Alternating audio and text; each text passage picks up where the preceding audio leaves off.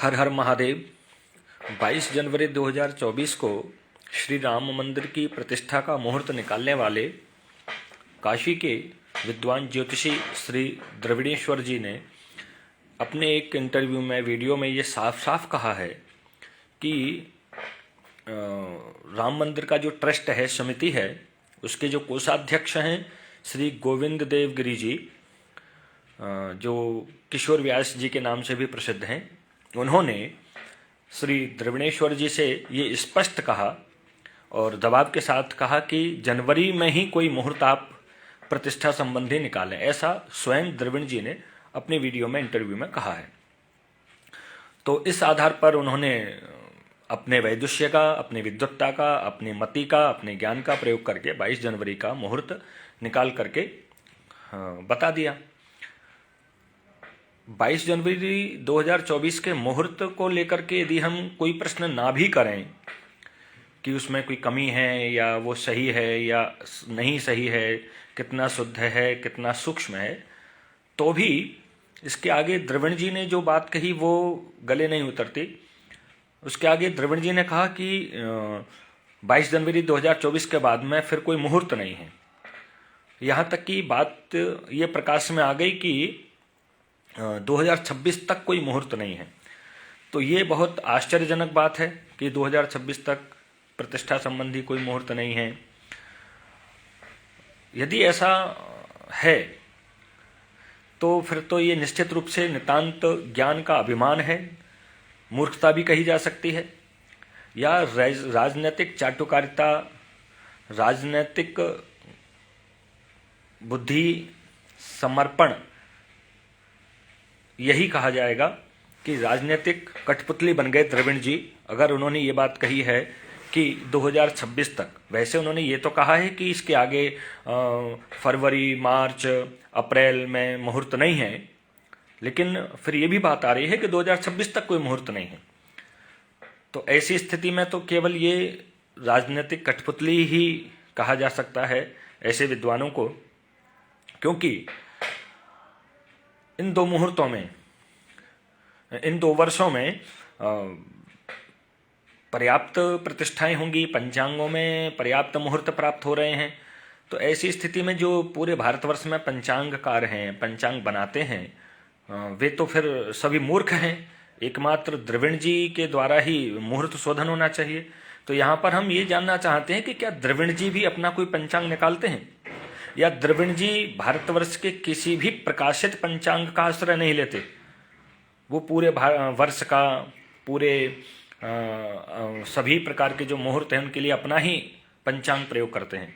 और यदि वो अपना पंचांग प्रयोग करते हैं और इतने सूक्ष्म मुहूर्त निकालने वाले वो परम विद्वान ज्योतिषी हैं, तो अपनी इस विद्या का लाभ वो समाज को क्यों नहीं देते? क्यों नहीं वो अपने यहाँ से एक पंचांग प्रकाशित करके ऐसे ऐसे दिव्य सूक्ष्मतम मुहूर्त समाज को देते, जिससे कि समाज का भी लाभ हो?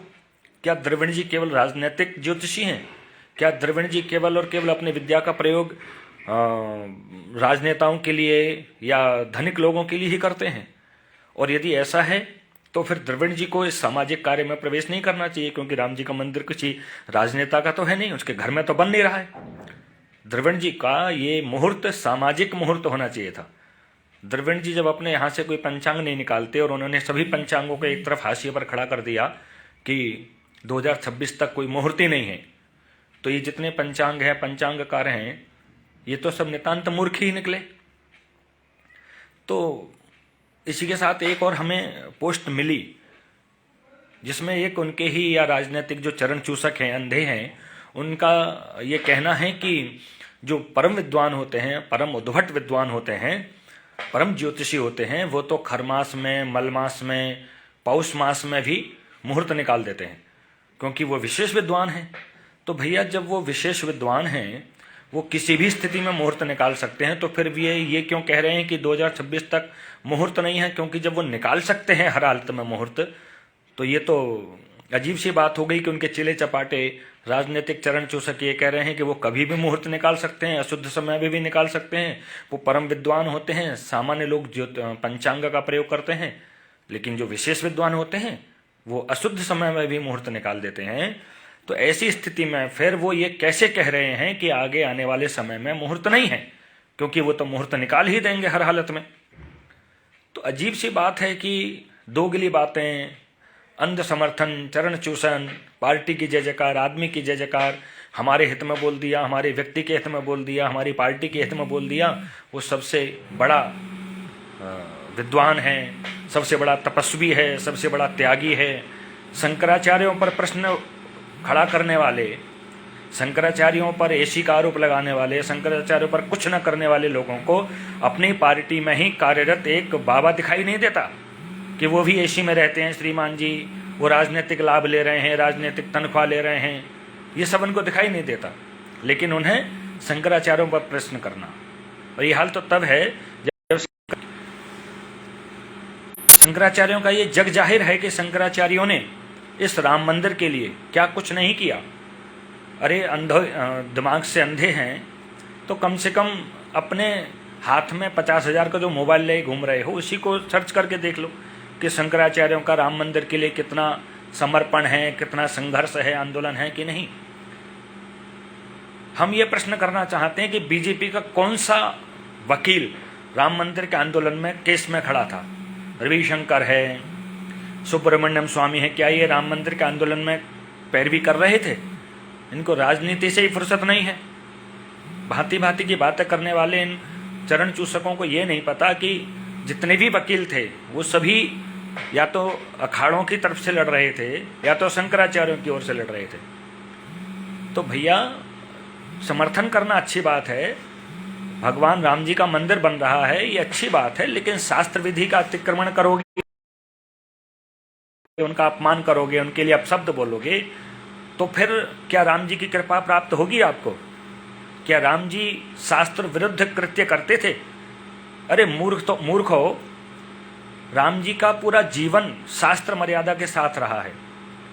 अगर हम धर्म की व्याख्या को संक्षिप्त रूप में, सरल रूप में देखना चाहें तो स्पष्ट ये कहा जाता है कि राम ही साक्षात धर्म के मूर्तिमान स्वरूप हैं। धर्म को जानना हो, शास्त्र को समझना हो, शास्त्र की नीतियों को मानना हो, तो आपको कुछ करने की आवश्यकता नहीं, कुछ पढ़ने की आवश्यकता नहीं, श्री राम जी का जीवन चरित्र देख लीजिए। अब ऐसे प्रभु श्री राम जी का जीवन चरित्र जो धर्ममय है, शास्त्रमय है, उनके ही आवाहन में, उनकी ही स्थापना में, उनके ही मंदिरों में यदि हम शास्त्रीय विधि का अनुपालन नहीं करेंगे तो फिर कहाँ करेंगे, कब करेंगे, क्यों करेंगे? अभी हमारे नरवर से पूज्य श्री ज्ञानेंद्र गुरु जी ने एक वीडियो में बोला था, मैंने अभी भी देखा, और वो बात बिल्कुल, मैं उनकी बात को प्रमाणित नहीं कर रहा हूँ, लेकिन मुझे ये अच्छा लगा कि समय पर ये मुझे प्राप्त हुआ। तो कलश की स्थापना को लेकर के लोग कह रहे हैं कि कलश की स्थापना तो बाद में हो जाती है, जबकि ये स्पष्ट है कि जो मंदिर में प्रवेश नहीं कर सकते, जिनका मंदिर में प्रवेश करने का अधिकार नहीं है, पतित लोग हैं, चांडाल आदि हैं, वो भगवान के कलश का दर्शन करके, शिखर का दर्शन करके ही पुण्य को प्राप्त कर लेते हैं। अब शिखर का अभी स्थापना होगी नहीं, प्रतिष्ठा होगी नहीं, तो वे लोग तो फिर पुण्य को प्राप्त कैसे करेंगे? दूसरी बात यह है कि जब हमें ये संशय है, हमें ये शंका है, हमें ये प्रश्न उठने की पूरी संभावना है कि समाज जिस पर आंख गड़ाए हुए बैठा है, सभी विद्वान ज्योतिषी जिस विषय पर जागरूक हैं, उसके लिए मुहूर्त निकालने में भी अगर हम इतनी लापरवाही करेंगे, इतनी हीला हवाली, इतना ढील करेंगे, तो फिर इसमें वैदुष्य किस बात का है? इस प्रकार से तो कोई भी कुतर्की अपनी बात को सही सिद्ध कर देगा हर हालत में। फिर तो मुहूर्त की जरूरत भी क्या थी? तदेव लग्नम सुदिनम तदेव तारावलम चंद्रवलम तदेव विद्यावलम दैववलम तदेव लक्ष्मीपते तेंघ्रिवम स्मरामी। फिर तो भगवान का जब काम हो जाए तभी ठीक। 22 जनवरी की भी प्रतीक्षा की आवश्यकता क्या है? आज ही कर दो, अभी कर दो। यदि कलश को बाद में ही लगाना है, शिखर को बाद में ही लगाना है, तो फिर इतने दिन की आवश्यकता भी क्यों? विद्वत्ता वो नहीं होती जिसमें आपके निर्णय को लोग चुनौती दे दें, उसमें प्रश्न खड़ा कर दें, उसमें संशय खड़ा कर दें, उसमें शंकाएं लोगों को हो जाए। वैदुष्य विद्वत्ता वो होती है जिसमें कोई भी आपके निर्णय पर प्रश्न खड़ा न कर पाए, तार्किक प्रश्न न हो, प्रामाणिक प्रश्न न हो, तब तो वैदुष्य है। अभी एक सामान्य से व्यक्ति भी प्रश्न कर दें एक विद्वान ज्योतिषी के लिए तो अजीब सी बात है, और वो भी वैदुष्य ऐसा। जो 2 वर्ष के लिए यही कह दे कि प्रतिष्ठा का कोई मुहूर्त ही नहीं निकल रहा है। तो भैया मैं द्रविड़ जी महाराज की वैदुष्यता में कोई प्रश्न खड़ा नहीं करता, वो वयोवृद्ध हैं, ज्ञानवृद्ध हैं, लेकिन इस प्रकार की राजनीतिक चाटुकारिता में इतना अंधा नहीं हो जाना चाहिए कि अपने आप के अतिरिक्त अन्य को किसी को समझे ही नहीं। जो प्रतिवर्ष पंचांग प्रकाशित करते हैं ज्योतिषी, उनकी महत्ता, उनकी मेहनत, उनके समर्पण को तो आपने फूंक मार के उड़ा दिया। क्या आप में इतना द्रविड़ जी में सामर्थ्य है कि 1 वर्ष पहले का पंचांग अपने सूक्ष्म ज्योतिष के सूत्रों, सिद्धांतों से मुहूर्त निकाल करके प्रकाशित कर दें? ये भारतवर्ष के जो ज्योतिषी पंचांग प्रकाशित करते हैं, पूरी साल मेहनत करते हैं और फिर 1 साल पहले ही मुहूर्त निकाल करके रख देते हैं, बता देते हैं, दिखा देते हैं। आपने यूं ही उनके लिए बोल दिया कि 2 वर्ष तक कोई पंचांग में मुहूर्त ही नहीं है। कम से कम इस बात का तो लज्जा आनी चाहिए थी कि आप कोई पंचांग प्रकाशित नहीं करते, आप स्वयं किसी न किसी पंचांग का प्रयोग करते हैं। क्या उस पंचांग में इस प्रकार की आप दिखा सकते हैं कि कोई मुहूर्त ही नहीं है? तो भैया राजनीतिक लाभ लेना देना एक अलग विषय हो सकता है, लेकिन शास्त्र की चर्चा करते समय, और फिर गोविंद देव गिरि जी ने जनवरी को ही क्यों कहा? कहना तो ये चाहिए था कि जो सर्वश्रेष्ठ मुहूर्त हो वो राम जी के लिए बताओ, जनवरी में ही क्यों? जबकि हमें ये पता है कि भाई कोई भी प्रश्न खड़ा हो सकता है, विपक्ष हमारे सामने खड़ा है, या हम तो कह रहे हैं कि अच्छे लोग भी आपके विरोध में खड़े हो रहे हैं, मान के चलिए आग्रह के कारण से, तो भी आपको ऐसा विषय छेड़ना ही नहीं चाहिए था। द्रविड़ जी ने इस मुहूर्त में भी इसी प्रकार का रायता फैलाया है। द्रविड़ जी ने नींव रखने वाले शिलान्यास के समय पर जो मुहूर्त दिया था उसमें भी बवाल हुआ था, और उसमें बवाल इतना हुआ था कि वो उसकी मुहूर्त शुद्धि के लिए 3 दिन पहले से फिर अनुष्ठान भी कराया गया था। तो द्रविड़ जी को इसी से शिक्षा ले लेनी चाहिए थी कि भाई मेरे पहले मुहूर्त में भी विवाद हुआ था, उसमें भी संशय लोगों ने किया था, तो मैं अब कम से कम ऐसा कोई मुहूर्त न निकालूं जिससे समाज में किसी प्रकार का प्रश्न खड़ा हो। अंतिम अवस्था है, सारी की सारी ख्याति केवल राजनीतिक चाटुकारिता में खो देंगे, ये कौन सी बुद्धिमानी की बात हुई? और सबसे बड़ी कष्ट की जो बात है वो हमारे लिए ये है कि उन्होंने बड़ी आसानी से कह दिया कि इसके बाद कोई मुहूर्त ही नहीं है। मुझे तो लगता है कि लोगों को इस विषय पर ज़्यादा ध्यान देना चाहिए कि उसके बाद कोई मुहूर्त नहीं, और ये लगता है कि ये इशू बनेगा इस बात का। तो द्रविड़ जी को इस बात का ध्यान रखना चाहिए। बाकी राम जी की प्रतिष्ठा, राम जी का मंदिर और राम जी का आवाहन, इसमें कोई विरोध नहीं है। जो शास्त्र को जानने मानने वाले हैं, चाहे वो शंकराचार्य हों, चाहे वो महामंडलेश्वर हों, या हमारे जैसे सामान्य मनोमस्तिष्क के लोग, उन सभी के लिए ये हर्ष का विषय हो सकता है। लेकिन शास्त्र के विरुद्ध जाकर के कुछ भी नहीं, क्योंकि शास्त्र भगवान के श्वास हैं। आप और हम सब समझते हैं कि शरीर महत्वपूर्ण नहीं है, श्वास महत्वपूर्ण है, और शास्त्र श्वास हैं भगवान के। तो श्वास यदि बिगड़ गए, श्वास यदि समाप्त हो गए, श्वासों में विकार आ गया, तो शरीर का कोई महत्व नहीं होता, मूल्य नहीं होता। तो शास्त्रों की वरीयता हमेशा रहेगी, और यही बात हमारे शंकराचार्य महाभाग या अन्य जो विद्वान हैं, ज्योतिषी हैं, या अन्य जो भी कह रहे हैं, वो केवल शास्त्र की बात कर रहे हैं।